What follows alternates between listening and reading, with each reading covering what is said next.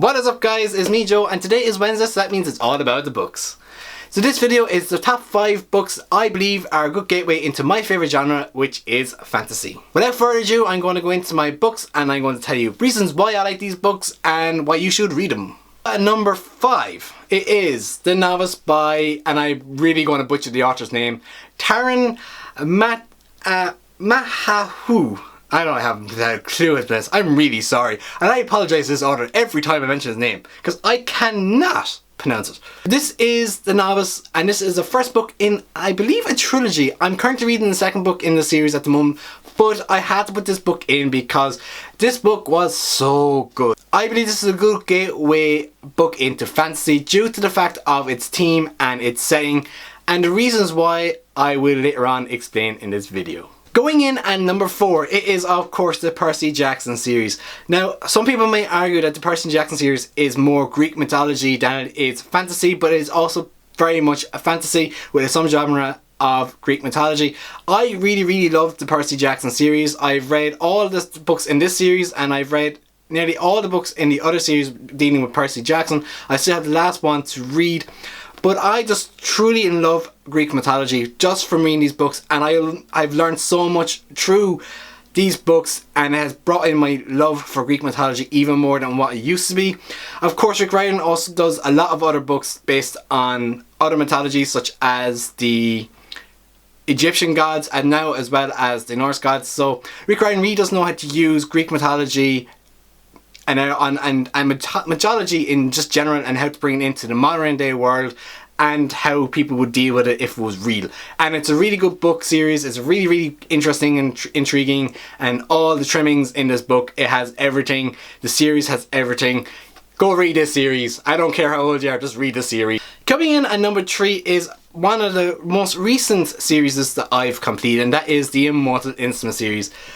I love this series, and I particularly love one particular character, and everyone will agree that they love this particular character, and I wish this character was a friend of mine, and that would be Simon. Simon's an awesome character in this story.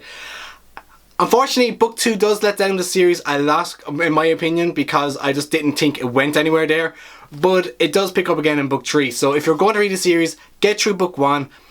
Struggle through book 2 if you need to, but definitely read from 3 onwards. It's just a really good series and well worth to read, and it has a great combination of fantasy, supernatural, as well as romance. So if you want romance and you want fantasy and you want something supernatural, this is a series for you. And of course then there is another spin-off series based on this as well. Actually, I think there's 2. So definitely worth a read and a good series overall. I think I gave it about 4 out of 5 stars for our entire series, with the second book letting it down.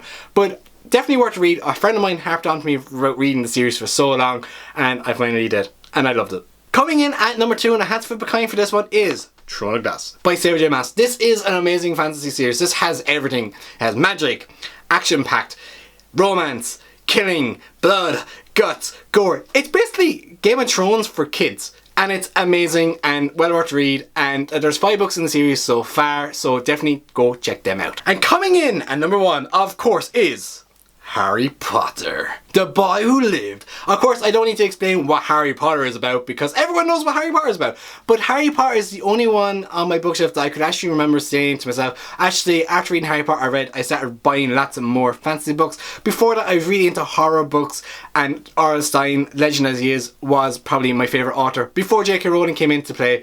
But J.K. Rowling's Harry Potter probably was the very first book that opened up my eyes to the fantasy world, to what I remember. Probably wrote down before that as well, but I'm not 100% sure, I can't remember. I do remember the Harry Potter series because I've read it so much, and it's number 1 on my list. So now guys, I want to find out what are the top 5 books that you found that was a gateway into your favourite genre, whether it's dystopian, horror, or whatever genre you're into. Comment down below. If you like this video, also hit the good old like button, and if you want to see more of my content, hit the subscribe button, because, like, you know, this guy wants to hit 350 subscribers before the Christmas. Come on guys, let's do it. Do it for the love.